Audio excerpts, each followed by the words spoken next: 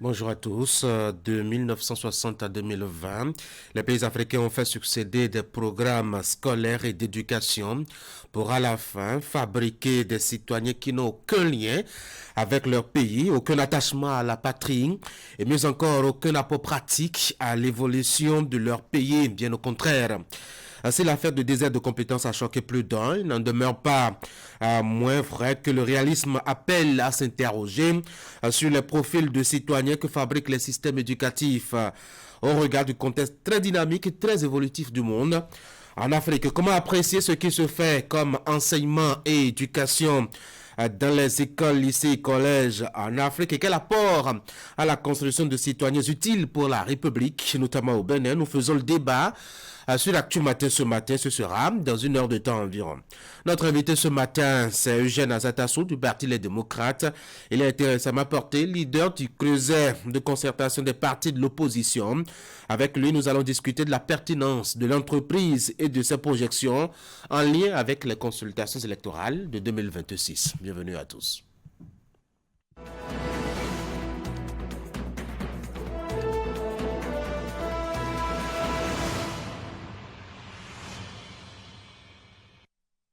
Une des journaux, voici Fraternité, cybercriminalité au Bénin, des méthodes plus sophistiquées, témoignages des victimes. Dr Sherifat Maman Chabi, spécialiste en nutrition et sécurité alimentaire, les légumes ne sont pas seulement un ajout à notre alimentation, ils en sont un pilier essentiel. Allaitement maternel exclusif, un double moyen de lutte contre le cancer et la malnutrition, lutte contre le cancer de la prostate. Lycia, une protéine découverte par hasard qui pourrait révolutionner le traitement donc de l'affection. Le quotidien, le matinal, à peine créé, le cas de concertation de l'opposition à l'épreuve des critiques, écarté, FCBE rend le silence, Gilles Goï, ce creuset ne va rien changer. Passons à Dynamisme Info, animation de la vie politique. Pourquoi les intentions de candidature pour 2026 devraient-elles si tant gêner quotidien Lokoué, cas de concertation pour la restauration de la démocratie au Bénin. L'opposition resserre les rangs. Et puis le quotidien Le Routier, 5 individus arrêtés pour vol de motocyclette à Savi. Savi, c'est quelque part dans les environs de Ouida. Le Béninois libéré, présentation de l'aide de créance, 2 nouveaux ambassadeurs chez Patrice Talon jeudi. Matin libre, après la mise en place de cas de concertation, l'opposition contrainte de resserrer les rangs. Et puis Bénin collecte des ordures, la poubelle homologuée, pas obligatoire. Le quotidien Sierra, réforme du système partisan, un chantier inachevé. L'extrémisme des uns peut créer un engrenage. Analyse le quotidien. Voici la nation. Maintenant, gouvernance numérique, les acteurs mobilisés pour un Internet de qualité. L'économiste, assemblée annuelle 2024 du FMI et de la Banque mondiale à Washington, des financements concessionnels de la BOAD et des fonds arabes au Bénin. Détail dans les colonnes du journal. Et puis, JC Natitengu Baobab, Mohamed Djiribo prend les commandes de l'instance dirigeante. Fraternité à nouveau pour la deuxième lecture, cybercriminalité au Bénin, des méthodes plus sophistiquées pour les cybercriminels. Témoignage de quelques victimes dans les colonnes de Fraternité. Ce matin, Dr Sherifat Maman Chabi, spécialiste en nutrition et sécurité alimentaire. Elle dit ceci dans la colonne de Fraternité, les légumes ne sont pas seulement un ajout à notre alimentation, ils en sont un pilier essentiel.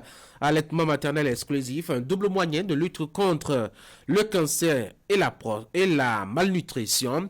Et puis lutte contre le cancer de la prostate, Lycia, une protéine découverte par hasard qui pourrait révolutionner le traitement. Voilà donc ce qu'on peut retenir des quotidiens parvenus à Canal 3 Bénin ce matin pour ce qui concerne leur une. Vous avez à l'intérieur de Fraternité quelques informations qui pourraient bien vous intéresser au-delà de l'actualité. Parlons par exemple de ce dossier réalisé sur la cybercriminalité au Bénin. Il y a bien que les acteurs impliqués dans cette activité punis par la loi, développent ou ont développé des méthodes plus sophistiquées. Fraternité est allé interroger quelques citoyens qui ont été victimes de l'ANAQ. Il y a justement que les méthodes varient. Le cas de Mathias est un autre exemple, par exemple, frappant de cette nouvelle forme de cybercriminalité. Mercredi 17h, alors qu'il venait de finaliser une transaction importante, il reçoit un appel prétendant provenir de son opérateur mobile. La voix au bout du fil, semblant être celle d'un agent du service client, lui explique qu'il y a un problème avec son compte et qu'il doit fournir des informations supplémentaires pour sécuriser ses services. La voix fluide et professionnelle imite à perfection celle d'un agent de centre d'appel. Ne se doutant de rien, le pauvre a fourni les détails demandés. Quelques heures après, il reçoit des alertes de transactions suspectes sur son compte. Un montant a été prélevé sans son consentement. Il y a bien d'autres méthodes justement découvertes par Fraternité qui nous demande, au terme donc de son article enquête, de rester vigilant, en tout cas quand il s'agit donc d'opérations sur l'espace numérique.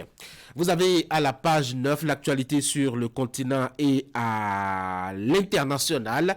Sur le continent, l'Afrique est frappée de plein fouet par le changement climatique, nous fait noter le quotidien ce matin. Mais déjà, cette annonce justement concernant le climat, la COP 29 qui s'est ouverte hier, les enjeux des négociations de Bakou pour le continent africain, à découvrir dans les colonnes donc de Fraternité ce matin. Si vous êtes à la page 8, sachez que vous avez un point, je dois dire, de l'actualité des guépards footballeurs dans leurs clubs respectifs. Vous faites le point avec notamment ceux qui sont en très bonne forme et ceux qui sont aussi en méforme. Fraternité vous propose quelques lumières là-dessus. Justement, parlant de sport, Candide Ronreton va passer par ici tout à l'heure pour nous présenter la page des sports. Ce sera juste derrière le bulletin de l'information à suivre avec Florence Bossa. Florence, bonjour. Bonjour à vous, Tanguy. Bonjour, chers amis téléspectateurs. Ce matin, dans votre bulletin de l'information, on aura les images de la tournée statutaire du préfet de la Donga dans les communes sous sa tutelle. Jacques Roland Amadou est allé prendre le pôle de la gestion des affaires publiques dans ces communes-là. C'est dans le cadre de la tournée annuelle au titre de l'année 2024 dans les 4 communes de la Donga. Détail dans un instant. Et puis 11e édition des Jeux universitaires du Bénin, vous en aurez aussi les images. Des athlètes des établissements d'enseignement supérieur du public comme du privé vont prouver leur talent. Ce sera dans 5 différentes disciplines sportives. La cérémonie d'ouverture officielle de ces Jeux s'est déroulée le week-end écoulé.